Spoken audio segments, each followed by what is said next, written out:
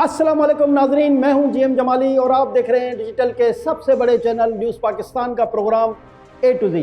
ناظرین، حکومتیں ہر 5 سال بعد تبدیل ہوتی رہتی ہیں لیکن ملک کا نظام چلتا رہتا ہے، کیونکہ کسی بھی جماعت کی حکومت ہو، انتظامی نظام چلانے کے لیے وہ بیوروکریسی کے مرہون منت ہی ہوتی ہے۔ جن ملکوں کی بیوروکریسی سیاسی مداخلت سے پاک ہوتی ہے وہ ملک تیزی سے ترقی کی نئی منازل طے کرتے ہیں، لیکن وائے افسوس جس ملک کی بیوروکریسی فار سیل کا بورڈ لگائے بیٹھی ہو، اس ملک کا یہی حال ہوتا ہے جو آج ہمارے ملک کا ہے۔ حکومت میں آنے والی جماعت کی سب سے پہلی کوشش کسی بھی طریقے سے بیوروکریسی کو کنٹرول کرنا ہوتا ہے تاکہ اس کے لیے آگے آنے والے مراحل آسان ہو سکیں۔ اگر حکومت کی یہ کوشش ملک کی بہتری کے لیے ہو تو ملک کا مستقبل سنور سکتا ہے، لیکن ہماری قسمت میں ایسے حکمران کہاں جو بھی اقتدار میں آتا ہے بیوروکریسی کو اپنے ذاتی مفادات کے لیے استعمال کرنا شروع کر دیتا ہے، جس کا خمیازہ ریاست اور قوم کو بھگتنا پڑتا ہے۔ یہی وجہ ہے کہ اگر وفاق یا کسی صوبے میں حزب اختلاف جماعتوں کی حکومت ہو تو ان کے مابین بیوروکریسی کے تکرار و تبادلے پر جنگ جاری رہتی ہے۔ دو الگ الگ نظریہ رکھنے والی جماعتوں، پاکستان تحریک انصاف جو کہ وفاقی حکومت کا نظام اور بھاگ دوڑ سنبھالے ہوئے ہے، اور پاکستان پیپلز پارٹی جو کہ صوبہ سندھ میں گزشتہ 12 سالوں سے حکومتی نظام چلا رہی ہے، آج کل بیوروکریسی کے تکرار و تبادلے پر آمنے سامنے نظر آتے ہیں۔ دونوں کے مابین کشیدگی عروج پر ہے۔ گزشتہ دنوں وزیر اعظم عمران خان کی جانب سے سول سروس ریفارمز کے لیے ٹاسک فورس تشکیل دی گئی تھی، جس پر سندھ کی صوبائی سول سروس یعنی PSS کی جانب سے جوابات دیتے ہوئے کچھ اعتراضات اٹھائے گئے ہیں، جن میں کہا گیا ہے کہ ٹاسک فورس 1973 کے آئین کے آرٹیکل 240B کی خلاف ورزی کرتے ہوئے تشکیل دی گئی ہے۔ اس آرٹیکل کے تحت صرف صوبائی قانون ساز اسمبلیوں کو ہی یہ اختیار ہے کہ وہ سرکاری افسران کے لیے قواعد و ضوابط کی پاسداری پر عمل درآمد کو یقینی بنائے۔ مزید برآں آرٹیکل 97 اور 142C کے تحت فیڈرل ایگزیکٹو اتھارٹی کو پابند کیا گیا ہے کہ جن معاملات میں صوبوں کو قانون بنانے کا اختیار ہو اس میں عمل دخل سے گریز کیا جائے۔ PSS کی جانب سے کہا گیا ہے کہ ٹاسک فورس کی شرائط میں پروونشل سول سروس ریفارمز کو بھی شامل کیا گیا ہے، لیکن اس میں صوبے کے کسی بھی نمائندے کو شامل ہی نہیں کیا گیا، جس سے اصلاحات کی جانب وفاقی حکومت کی نیت واضح طور پر مشکوک نظر آتی ہے۔ گریڈ 22 کے چیف سیکرٹریز اور گریڈ 21 کے ایڈیشنل چیف سیکرٹریز کو صوبوں کا نمائندہ تصور نہیں کیا جا سکتا، کیونکہ یہ عہدے 18ویں ترمیم کی واضح نفی کرتے ہوئے فیڈرل سول سروس کے افسران کو دیے گئے ہیں۔ اس کے ساتھ ساتھ سندھ کی جانب سے موجودہ سول سروس کے بنیادی ڈھانچے میں موجودہ کوتاہیوں کی بھی نشاندہی کی گئی ہے، اور کہا گیا ہے کہ پاکستان ایڈمنسٹریٹو سروس کی موجودہ افرادی قوت منظور شدہ قوت سے 4300 کم ہے، جبکہ تقریباً 4000 پروونشل سول آفیسرز کی پروموشن ابھی تک نہیں ہو سکی ہے۔ اگر کام کرنے والے افراد ہی پورے نہ ہوں تو حکومت کیسے کام کر سکتی ہے؟ اعتراضات میں مزید کہا گیا ہے کہ سابق نگران وزیر اعظم معین الدین قریشی کی جانب سے وفاق اور صوبوں میں عہدوں کی تقسیم کے لیے 1993 میں متعارف کروائے گئے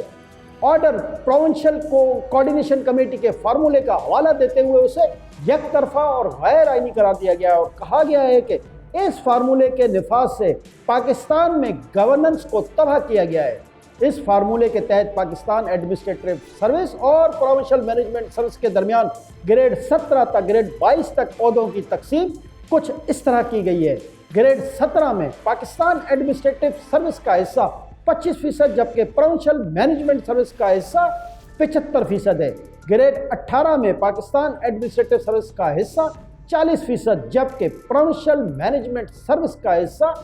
60% مختص کیا گیا ہے۔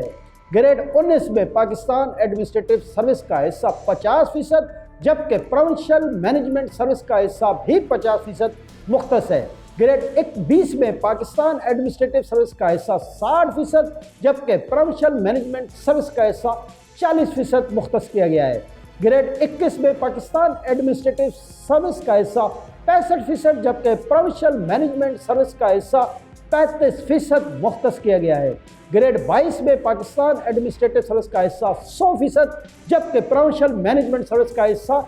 0% مقرر کیا گیا ہے۔ اعتراضات میں مزید کہا گیا ہے کہ عہدوں کی تقسیم کے اس طریقہ کار کی وجہ سے پی سی ایس افسران کی ترقی کو روک دیا گیا ہے۔ اس کے علاوہ کہا گیا ہے کہ بیرون ممالک تعیناتی میں صوبوں کو کوئی حصہ بھی نہیں دیا گیا۔ صوبہ سندھ کی جانب سے سول سروس ریفارمز کے لیے تشکیل دی گئی ٹاسک فورس پر اعتراضات اٹھاتے ہوئے کچھ مزید تحفظات کا اظہار بھی کیا گیا ہے، جس میں کہا گیا ہے کہ یہ task force federal government order کے تحت تشکیل دی گئی ہے اور یہ صوبائی حکومتوں پر لاگو نہیں ہوتی۔ اس ٹاسک فورس میں صوبائی سروسز کا کوئی رکن شامل نہیں، لہذا یہ واضح طور پر وفاقی حکومت کے افسران کے حق میں ہے۔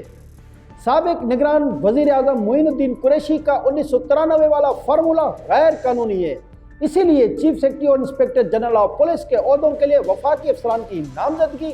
بھی غیر آئینی ہے۔ بیوروکریسی کی ری ماڈلنگ کی جائے اور گریڈ 21 اور 22 میں صوبائی افسران کو تعینات کیا جائے تاکہ وہ وفاق میں اپنا کام سر انجام دے سکیں۔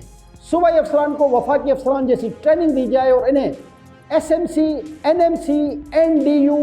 اور ایم سی ایم سی جیسے اداروں میں ٹریننگ کا موقع بھی دیا جائے۔ وفاقی افسران کی عدم تعیناتی کے باعث جو عہدے خالی ہوں ان پر صوبائی افسران کو ترقی دی جائے۔ 2001 تا 2013 کے درمیان ڈسٹرکٹ گورنمنٹ تشکیل دینے کا تجربہ ناکام ہوا اور اس سے سیاست و ایڈمنسٹریشن میں کرپشن اور بدعنوانی کو مزید فوقیت ملی، لہذا اسے دوبارہ لانے کے بجائے لوکل گورنمنٹ کے نظام کو مضبوط بنایا جائے۔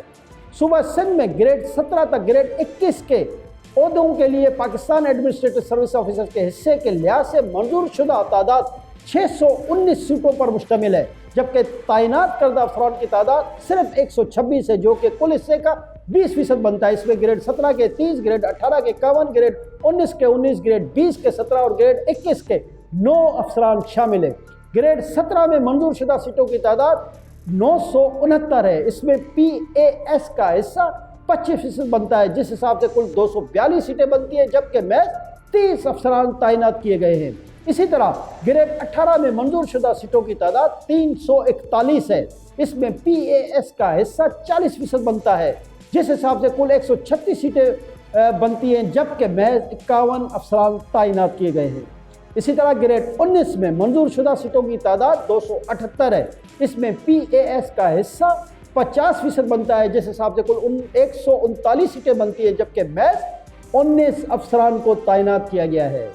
گریڈ 20 میں منظور شدہ سیٹوں کی تعداد 142 ہے، اس میں پی اے ایس کا حصہ 60% بنتا ہے، جس حساب سے کل 85 سیٹیں بنتی ہیں، جبکہ محض 17 افسران تعینات کیے گئے ہیں۔ گریڈ 21 میں منظور شدہ سیٹوں کی تعداد 25 ہے، اس میں پی اے ایس کا حصہ 65% بنتا ہے، جس حساب سے کل 16 سیٹیں بنتی ہیں، جبکہ محض 9 افسران تعینات کیے گئے ہیں۔ پی ایس ایس کے اس خط سے اندازہ ہوتا ہے کہ حکومت سندھ کو اس بات کا خطرہ ہے کہ وفاقی حکومت ان سے اہم عہدوں پر فائز بیوروکریسی کی تعیناتی و تقرر و تبادلے کا اختیار چھیننا چاہتی ہے، اور سندھ حکومت اچھی طرح سے جانتی ہے کہ اگر یہ اختیار چھینا تو صوبے کے معاملات وفاق سے ہی کنٹرول ہوں گے۔ یہی وجہ ہے کہ آج سندھ کے معاملے پر سندھ حکومت کی وفاقی حکومت سے کشیدگی تاحال جاری ہے، کیونکہ وفاقی حکومت براہ راست گورنر راج لگا کر سیاسی کشیدگی کو مزید طول نہیں دینا چاہتی، اس لیے وہ ٹیکنیکل طریقوں سے صوبہ سندھ پر اپنا کنٹرول چاہتی ہے۔ صوبائی اور وفاقی حکومت کے مابین اختیارات کی جنگ میں صوبے کے عوام پس رہے ہیں، جس کی وجہ سے ملک میں کبھی آٹے کا بحران پیدا ہو جاتا ہے تو کبھی چینی کا، کیونکہ جس بیوروکریسی نے انتظامی امور پر معاملات چلانے ہوتے ہیں وہ اس سیاسی جنگ سے بری طرح متاثر ہو رہے ہیں، جس کا خمیازہ غریب عوام اپنا پیٹ کاٹ کر ادا کرنے پر مجبور ہے۔ وفاقی و صوبائی حکومتوں کے درمیان اختیارات کی جنگ کیا رخ اختیار کرے گی، یہ تو آنے والا وقت ہی بتائے گا۔ جو بھی ہو اس صوبے کے عوام کی بہتری کے لیے ہو، کیونکہ یہ صوبہ مزید کسی تجربے کا متحمل نہیں ہو سکتا۔ تو ناظرین، یہ تھا آج کا A to Z پروگرام کے بارے میں۔ اپنی قیمتی آراء سے ہمیں ضرور آگاہ کیجیے گا۔ زندگی رہی تو پھر ملاقات ہوگی ایک نئی خبر کے ساتھ، تب تک کے لیے اپنے میزبان GM جمالی کو اجازت دیجیے۔ اللہ حافظ۔